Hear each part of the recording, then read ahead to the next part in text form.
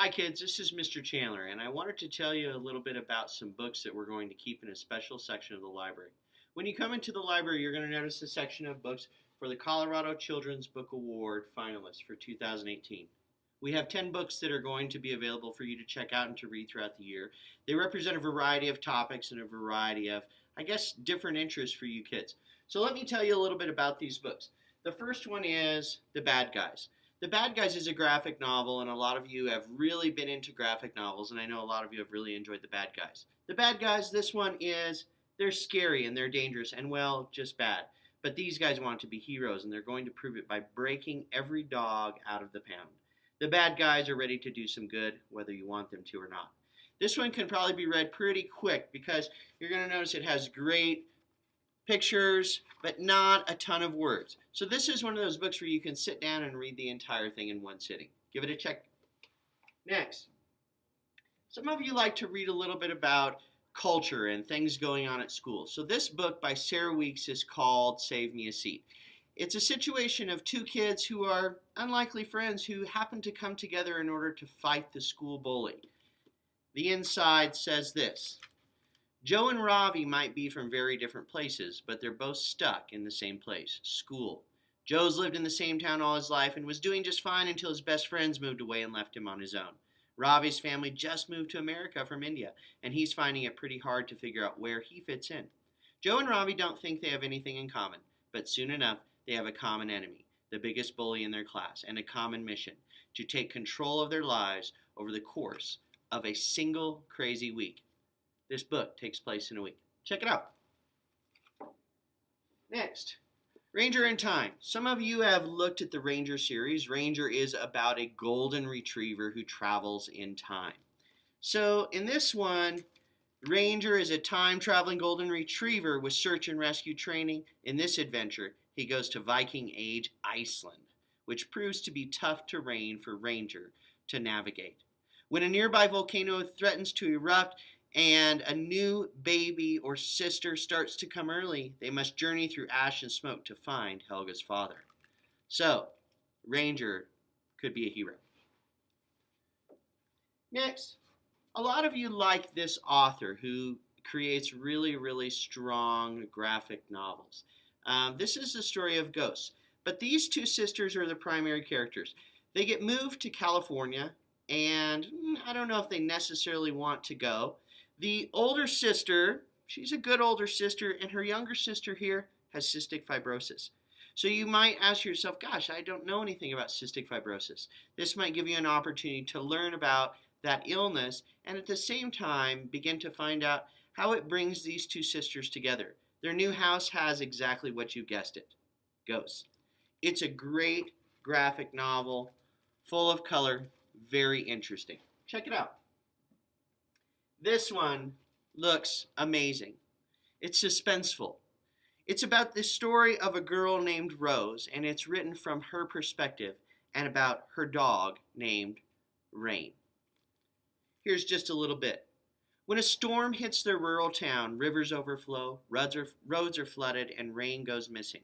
Rose's father shouldn't have let Rain out. Now Rose has to find her dog, even if it means leaving her routines and safe places to search. Hearts will break and spirits will soar for this powerful story, brilliantly told from Rose's point of view. Check it out.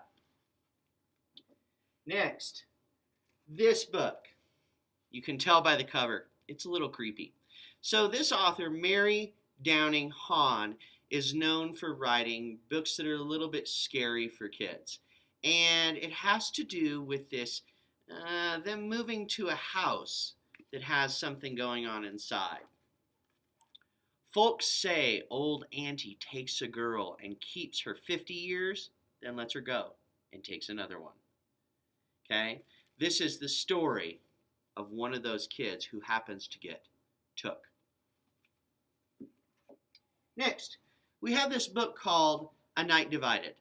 A Night Divided is a piece of historical fiction that takes place a long time ago in a place where they divided East Berlin and West Berlin.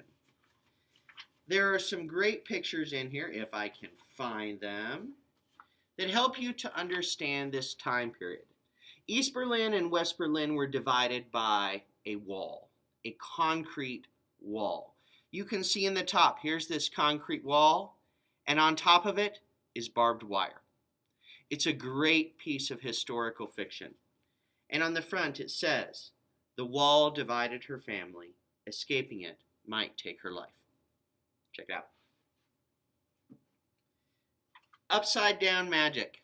Well, what really needs to be said about a book with a cover that has a cat with bat wings? Some of you might definitely find this interesting. It looks like it's a pretty quick read too, so check it out. The 9th book in this is called The Last Kids on Earth. And The Last Kids on Earth takes place during a zombie apocalypse. Some of you kids like to think about that stuff. Not me. But it says inside, it's been 42 days since the monster apocalypse hit town and pretty much everyone ran away or got zombified. Average 13-year-old Jack Sullivan is holed up in his treehouse, which he's armed to the teeth with catapults and a moat, not to mention video games and an endless supply of Oreos and Mountain Dew scavenged from abandoned stores. I have to say, kids with a bunch of Oreos and Mountain Dews, it's probably going to turn into some kids who are a little bit wacko. But let's see how they save the earth. Last, this might be interesting for some of you that like to read about sports. Who knows? Or maybe it's a book for those of you that like to read about kids who happen to have some really unique situations. It's called Kid Owner, and it's written by Tim Green. But it goes like this. Ryan never knew his dad, nor the fact that he owned the Dallas Cowboys. But when his father dies unexpectedly, Ryan is given a rare and amazing opportunity to be the owner of the NFL team. Not only is this a dream come true, but it gives Ryan a chance to make it in middle school without being a total social misfit. It may also help him rise up off the bench of his football team and break into the starting lineup. You'll have to find out what Ryan does when he becomes the owner of the Dallas Cowboys. So those are our 10 books for the Colorado Children's Book Award finalists. I encourage you to read as many as you possibly can. We have at least 2 copies of every book. Sometimes we have a third. You'll always see these books right on the entry to the library, and if you don't see them standing up, check the little tub below because we put the rest of those copies down there. If you read a book and you really love it, tell a friend. It's good to help your friends learn about new books that they might find interesting. The more books we read, the better people we become, the more we begin to understand about our world. Thanks for listening, and I hope you take some time to read some of these Colorado Children's Book Award finalists. Have a good day.